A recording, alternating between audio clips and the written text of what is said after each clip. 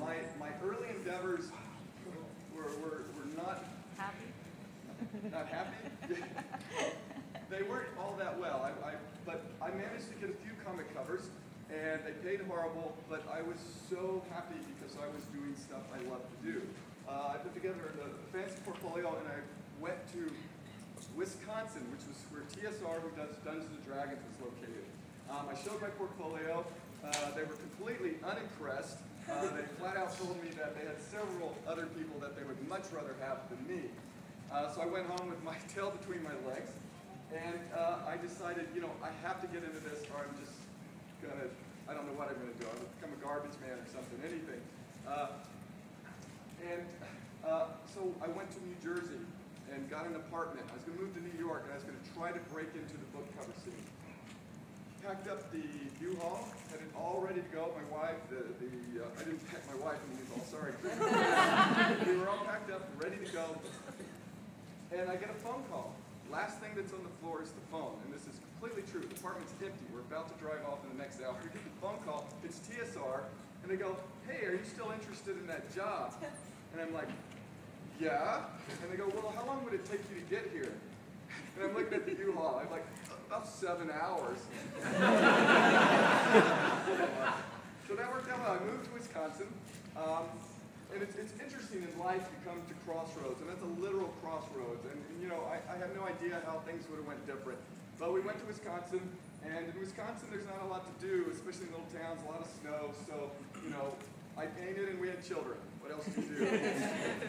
I came on staff at TSR, and once again, they had Dragonlance, they had worlds rich with magic and color, and I tend to like a limited palette.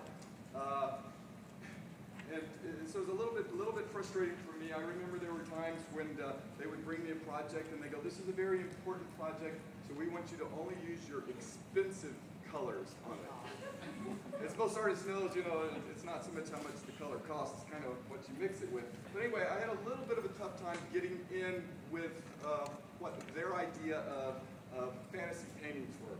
But luckily, Dark Sun came along, and it was a desert world, and it was, you know, cloudless and no metal, and it was a lot of anatomy and a very Frazetta-oriented type of culture, and I was in my element and very happy. So for the next 4 years, I painted desert barbarians killing each other. After 4 years, I got the nerve to go freelance out on my own. I sort of got myself in a trap. They wouldn't let me do anything but Dark Sun. So the first painting I did upon leaving TSR had clouds and water and metal, all the things I couldn't paint for the last 4 years. I include this image as all artists in this day and age, it's really, or especially back in the early 80s, it was hard to find art schools that taught traditional skills. So I learned everything about drawing and painting from looking at other artists. And like so many artists, I emulated people I liked. You know, whether it was Richard Corbin, if it was Instant Wyatt, just a long list, especially Frazetta. But at some point, I quickly realized that there's only Frazetta, and I had to find who I was and put my own mark on things. One of my earliest big influence was Michael Moorcock's the Elric series, and I think that he does not get enough credit for inventing the whole dark fantasy, goth-themed genre. I mean, the Elric, you know, is basically a vampire with a sword that sucks souls from other people, and his writings very much inspired a lot of my work.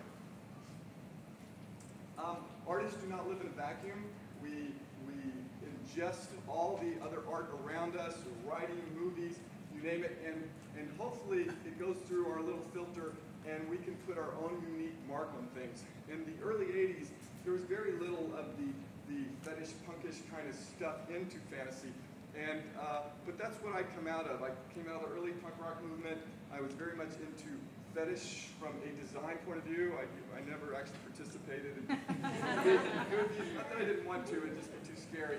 But so these influences all went into my work, and it was kind of a time and a place, and those are the elements I brought together.